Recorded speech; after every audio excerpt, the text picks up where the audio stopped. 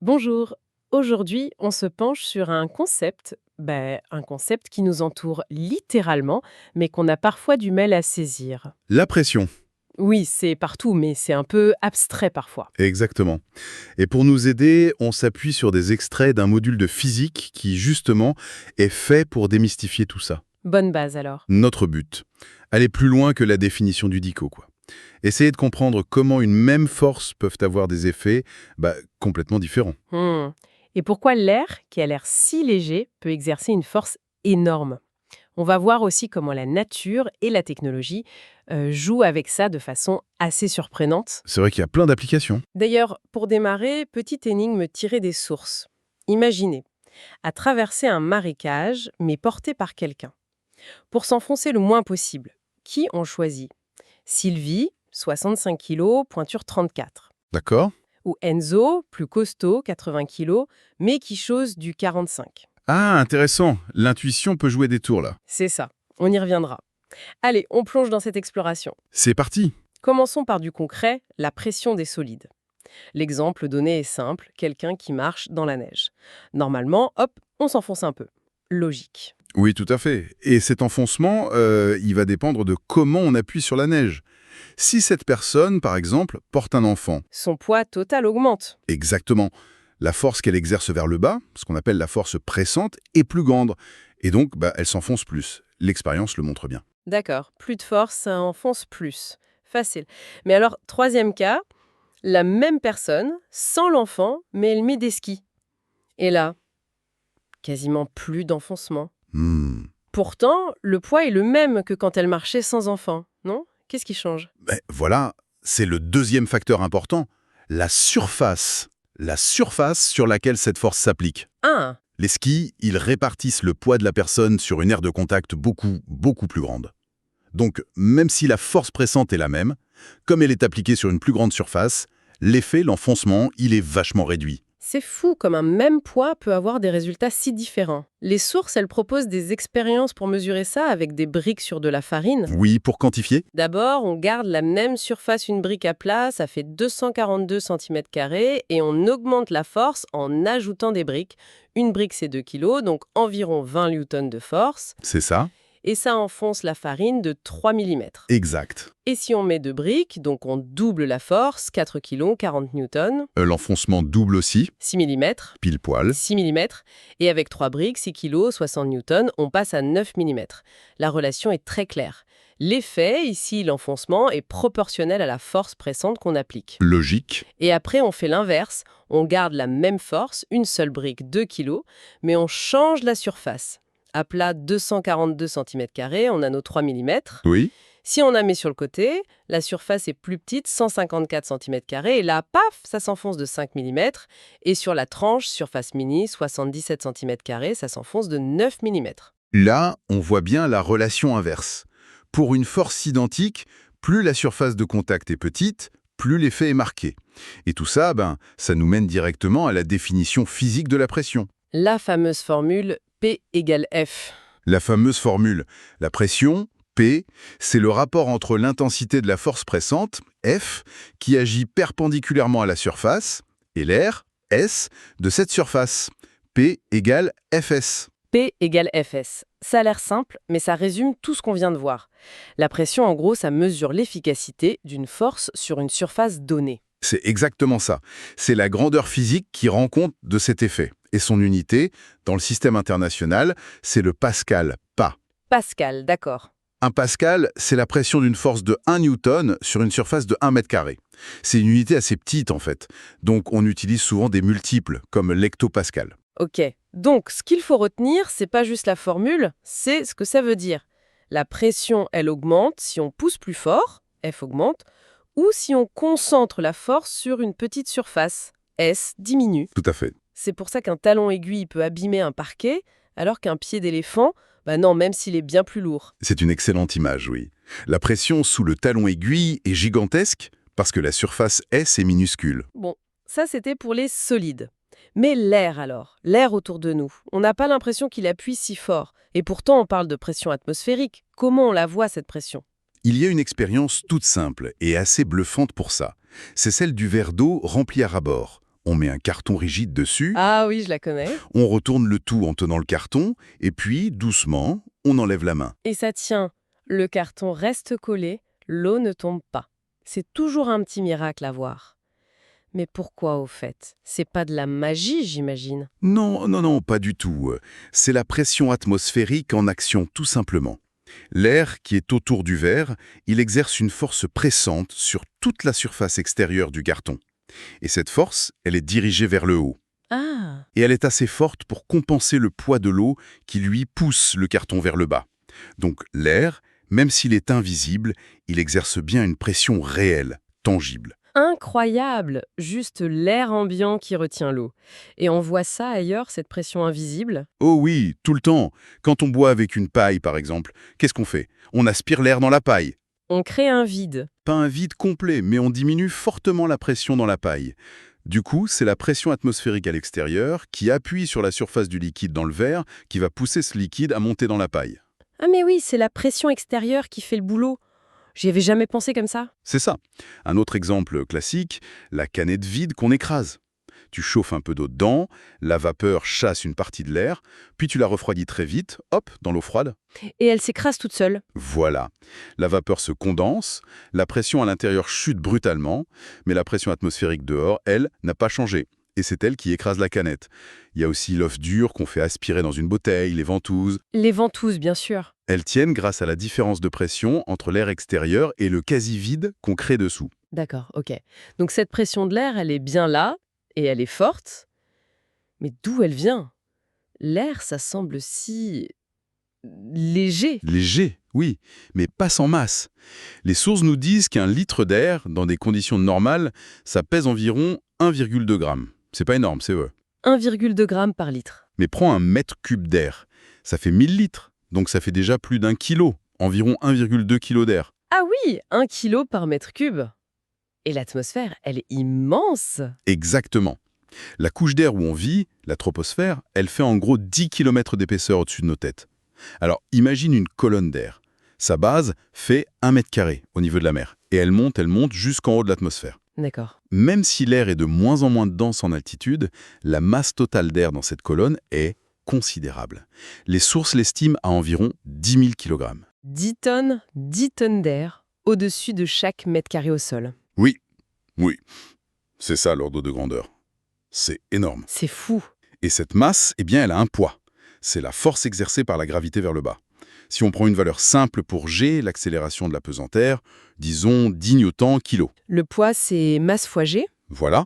Donc le poids de cette colonne d'air, c'est environ 10 000 kilos fois 10 newtons kilo, ça fait 100 000 newtons. Et comme la pression, c'est force sur surface, P égale Fs, et que notre surface, c'est 1 mètre carré, Ben, la pression atmosphérique au niveau de la mer, c'est donc à peu près 100 000 newtons divisé par 1 mètre carré, soit 100 000 pascal. 100 000 pascal. C'est une approximation, bien sûr. La valeur standard moyenne, c'est un peu plus 101 325 pascal. Pas étonnant qu'en météo, on utilise une unité plus commode, l'hectopascal, HPA. 1 HPA égale 100 pascal. Donc la moyenne, c'est environ 1013 HPA. Tout à fait, Et ça, on le mesure avec un baromètre. c'est ça. Et une conséquence directe de cette idée de colonne d'air, c'est que si tu montes en altitude, Ben, la colonne d'air au-dessus de moi est plus courte, exactement, il y a moins d'air au-dessus, donc moins de masse, donc moins de poids. et donc la pression atmosphérique diminue. Ah, c'est pour ça qu'on a les oreilles qui se bouchent en montagne ou en avion, le corps qui réagit à la baisse de pression. C'est tout à fait lié, oui. La pression à l'intérieur de l'oreille doit s'équilibrer avec la pression extérieure qui change. Et les chiffres des sources le montrent bien. On a environ 1000 hectopascales au niveau de la mer, mais à 5000 mètres, on n'est plus qu'à 540 hectopascales. La moitié presque. Et à 10 000 mètres, l'altitude de croisière des avions, c'est à peine 260 hectopascales. Wow. Et cette baisse de pression, ça explique aussi pourquoi les ballons sondes gonflés à l'hélium, ils finissent par éclater quand ils montent très haut. C'est mentionné dans un exercice. Oui, tout à fait.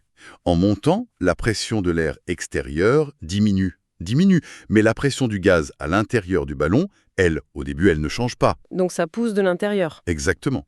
La pression interne devient beaucoup plus forte que la pression externe. Ça pousse sur les parois du ballon de plus en plus fort, jusqu'à ce que, ça éclate. Logique. Et tout ça, ça nous amène aux cartes météo, avec leurs lignes bizarres là. Les lignes isobars, oui. Ce sont des lignes qui relient tous les points où la pression atmosphérique est la même à un instant donné. En général, c'est indiqué en hectopascal. D'accord. Et ça permet de voir les zones de haute pression, qu'on appelle les anticyclones, souvent marquées A. Là, l'air est plus lourd et c'est généralement associé au beau temps. Ciel bleu. Voilà. Et à l'inverse, les zones de basse pression, les dépressions, marquées D, où l'air est plus léger. Et là, c'est souvent signe de mauvais temps. Nuages, pluie, vent. D'accord. Super clair. Bon, on a vu comment la pression marche, que ce soit pour un solide ou pour l'air. Maintenant, comment on utilise ça, consciemment ou pas d'ailleurs? C'est là que ça devient vraiment intéressant, les applications. Oui, parce qu'on peut vraiment jouer avec la pression en agissant soit sur la force, soit sur la surface. Et souvent, on cherche à augmenter la pression pour obtenir un effet particulier. Hmm. Puisque P égale Fs, si on a une force donnée, par exemple la force qu'on peut mettre avec la main, pour augmenter P, il faut diminuer la surface S. Ah oui, comme un couteau. La force qu'on met dessus est pas énorme, mais comme le fil de la lame est hyper fin, la surface est minuscule C'est ça? et la pression devient énorme et ça coupe. Exactement. C'est le même principe pour la pointe d'un clou, d'une punaise ou d'une aiguille, ou encore les crampons sous les chaussures d'alpinistes ou les chaussures de foot. Ah oui, les crampons. Ils concentrent tout le poids du corps sur quelques petites pointes, la pression est très forte, ça s'enfonce dans la glace ou la terre, et ça donne de l'adhérence. Et la nature, elle a compris ça bien avant nous, j'imagine. Absolument. Pense aux cerfs des rapaces, ou à leur bec crochu et pointu, ce sont des outils redoutables pour saisir, pour déchirer, justement grâce à une pression très forte appliquée sur une petite surface. Les crocs des félins aussi, j'imagine. Et à l'inverse, il y a toutes les fois où on veut surtout diminuer la pression, pour pas s'enfoncer, par exemple. Alors là, il faut faire le contraire. Il faut augmenter la surface de contact S pour répartir la même force F, qui est souvent le poids. Comme les skis ou les raquettes à neige dont on parlait au début. Exactement. Le poids du corps est réparti sur une grande surface, du coup la pression sur la neige diminue énormément et on ne s'enfonce pas, ou très peu. Le snowboard, c'est le même principe. Et les gros engins qui roulent sur des terrains mous, les chars d'assaut, les bulldozers. Ils ont des chenilles. Oui, des chenilles très larges. C'est pour ça aussi, pour répartir leur poids énorme. C'est exactement pour ça. Répartir le poids sur la plus grande surface possible pour ne pas s'enliser. Et là encore, la nature est pleine d'exemples. Les pattes palmées des canards, des oies. Ça augmente la surface sur l'eau ou la boue. Voilà. Et l'exemple classique, c'est le chameau. Ses pieds sont très larges, très plats.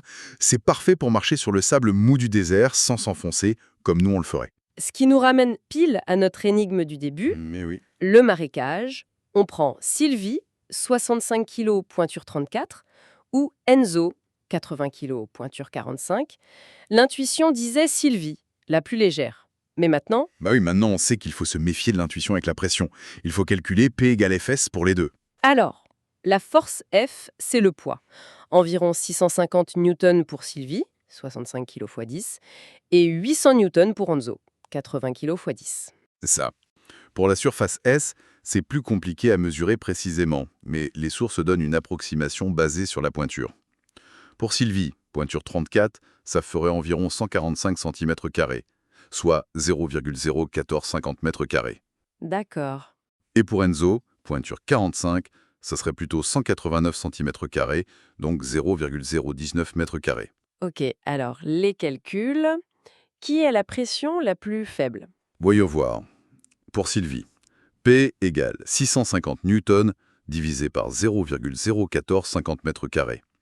Ça fait à peu près 44 826 pascal. D'accord. Et Enzo? Pour Enzo, P égale 800 newtons divisé par 0,019 m². Ça donne environ 42 828 pascal. Ah, c'est Enzo qui a la pression la plus faible. Eh oui, le résultat est là. Enzo exerce une pression un peu plus faible sur le sol. Incroyable! Même s'il est nettement plus lourd, ses pieds sont proportionnellement beaucoup plus grands et ça répartit mieux son poids. Donc, pour moins s'enfoncer, il fallait choisir Enzo. Voilà une belle illustration que la pression dépend vraiment des deux, la force et la surface. C'est la conclusion clé, oui. Faut toujours regarder les deux. Tout à fait. Bien.